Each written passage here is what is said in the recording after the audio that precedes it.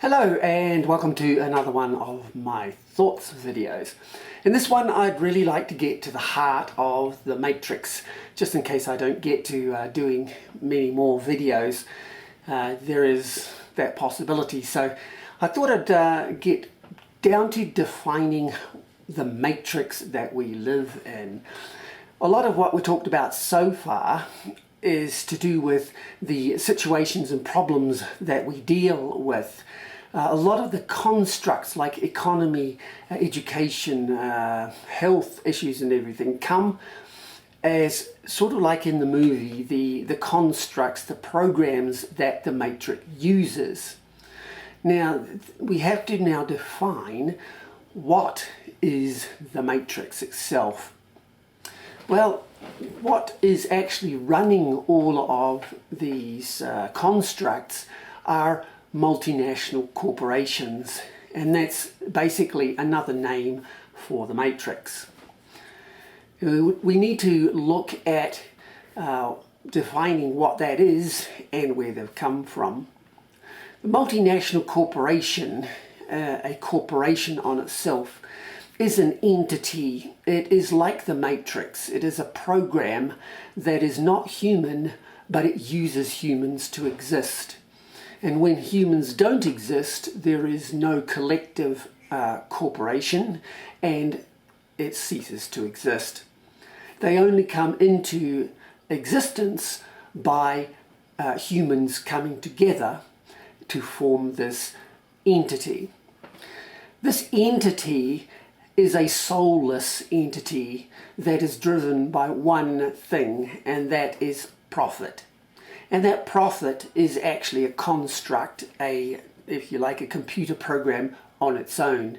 It is an ethereal sort of thing that doesn't really have much meaning, but it is what is at the heart of the Matrix: profit. Now, the history of corporations is an interesting one, and why hasn't it been this massive matrix that controls everything like today? It's today the multinational corporations, motivated by profit and only profit, live off human beings and have vast power, riches and power greater than any government, greater than any king or queen or governor. They are now dictating to the planet what happens to us in those constructs of economy, education, government, and or health, and all those other matrix constructs. Every single one of those is manipulated and controlled today by these multinational corporations, directly or indirectly. Now, corporations, in the history of corporations, is interesting. It started way back in the Roman Empire. The Romans had privileges that their slaves did not. They conquered the nations and subjugated them and put them to work. So they were quite advanced technologically, had roading system, plumbing, and all sorts of advanced things. And the slaves did all the work for them. Now, an average Roman had sufficient wealth so that when their town was going to do a public work, for example, a roadway, a bridge, aqueduct, or something like that, a number of Roman citizens could club together, put their finances together, form a group, and tender for the job. The Roman government could award them that contract, and they would do the job, make a profit. Then they were required to disband and break up the corporation, which is in essence to cooperate, to a cooperative cooperation, you see. That's where the word comes from. They cooperated together to make more wealth for themselves. They always had to disband these companies, these corporations, at the end of the contract, and that controlled any power that might be there. However, over time, there were contracts in that society plus later kingdoms and societies where these sorts of works were quite constant and quite regular, to the point where they were making corporations disbanding, making them disbanding, to the point where they just stayed open and just took more and more and more contracts, and the proceeds were constantly divided amongst its members. The kings and queens and governments of the time, whenever the corporations started to get too powerful and too wealthy and started to be a threat to that king, queen or government, they were forced to disband. They had to dissolve the corporation and start again. And that was the way that the corporations were managed and kept under control. By the time we got to the English Empire, with the Industrial Revolution, coal and steam basically ushered in a lot of industry, and a lot of corporations were formed. Quite a number of them were forced to dissolve because they were getting too powerful and monopolies, but some of them were allowed to stay alive, like the West Indian Shipping Company, I think, as long as they obeyed the government and benefited the government. And they became very rich, but they were still controlled. Then came the American situation, where people got disgruntled with Europe and were headed to America to start a new country with new freedoms. And then that sort of started to develop. Then the Civil War was basically, excuse me Americans if I get it wrong, but in my perspective, broad perspective, is the English and French were wanting to integrate America to Europe, and the Americans said, no, we want to be independent, had their wars and this and that, and became independent.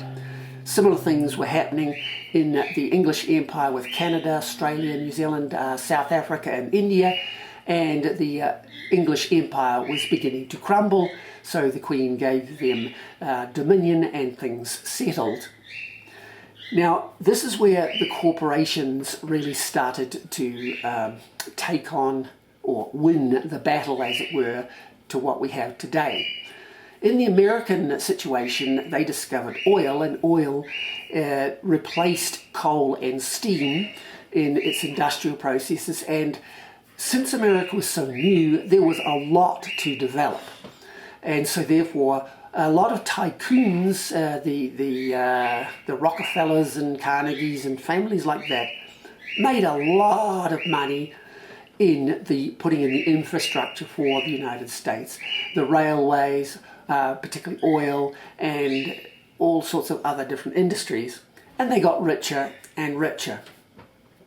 Now the difficulty was that because America was so new and had no ruling class, as it were, they did not have centuries of experience of controlling corporations. And so the corporations got bigger and fatter and bigger and richer until 1889, I think it was. There was a court case in the county of Santa Clara in California where, backtrack a bit, the situation with slavery had been abolished. Slavery had been abolished, and now the government was trying to sort out how to integrate the freed slaves. And so they wrote the 14th Amendment to the Constitution, which guaranteed equality and citizenship to the freed slaves and any foreigner, basically, to become an equal American as anyone else. Now the case, that was supposed to protect, say, the freed slaves.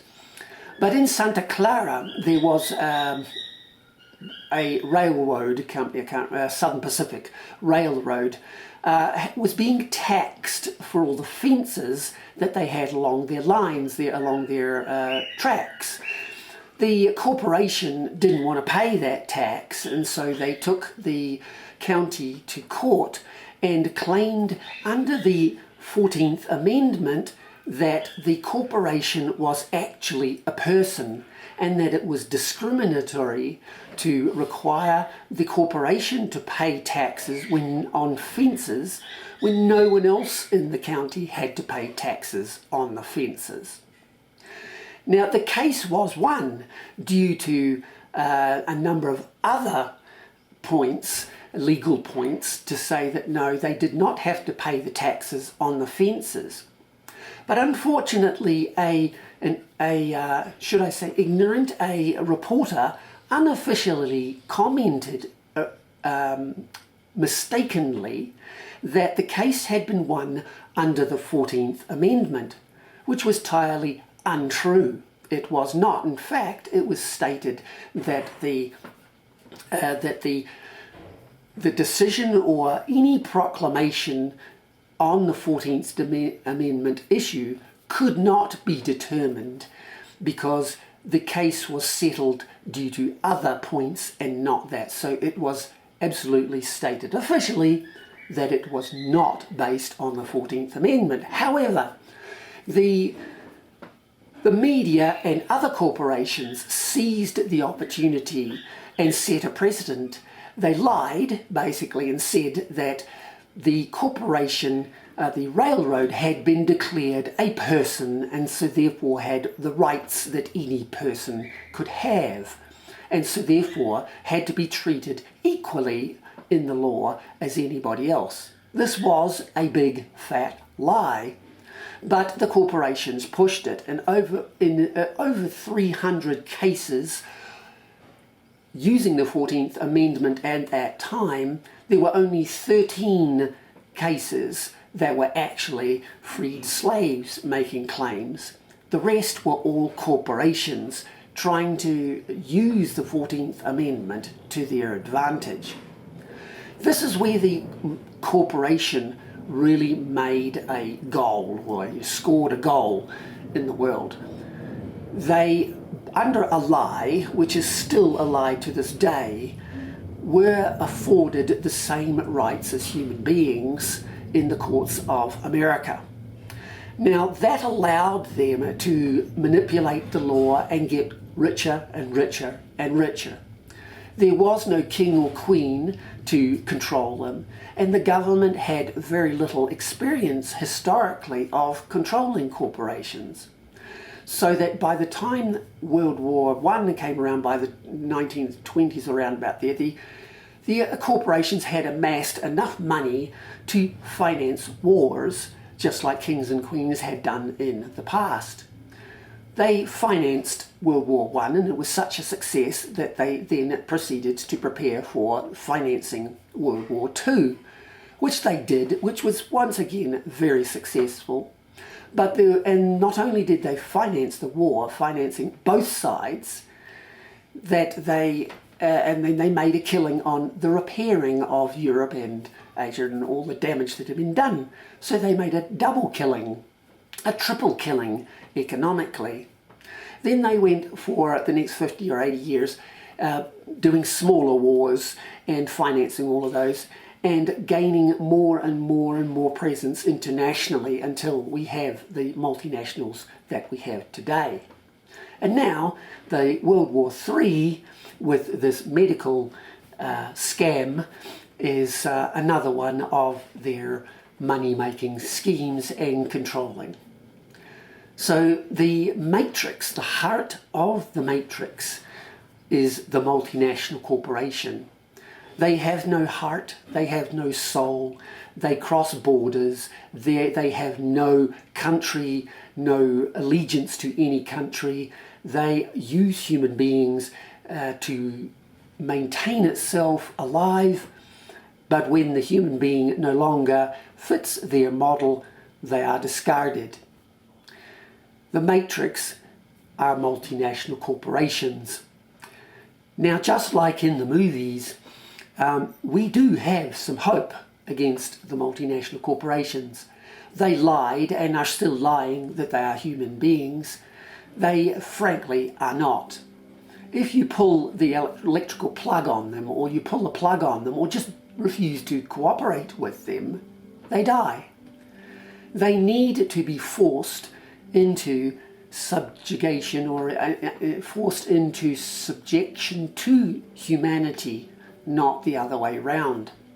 Every government in the world needs to put restrictions on them and, where necessary, take their license away and dissolve them.